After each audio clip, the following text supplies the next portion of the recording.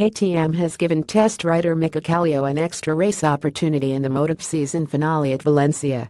The 34-year-old Finn said after his third appearance of 2017 at Aragon last weekend that he doubted he would get another race chance before next season. The decision to field Kallio again after all puts additional pressure on Bradley Smith, who has struggled this year.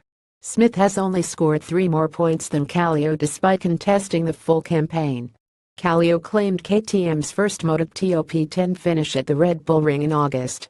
He then ran in the top 10 and headed teammate Pol Espargaro again for much of last weekend's Aragon race, where he was evaluating 2018 parts before finishing 11th. KTM's announcement means 25 bikes are set to contest the Valencia finale, with Ducati having already committed to running its test rider Michel Perrault. There is a wild card too. Share this article on Facebook, Twitter, LinkedIn, Google, email.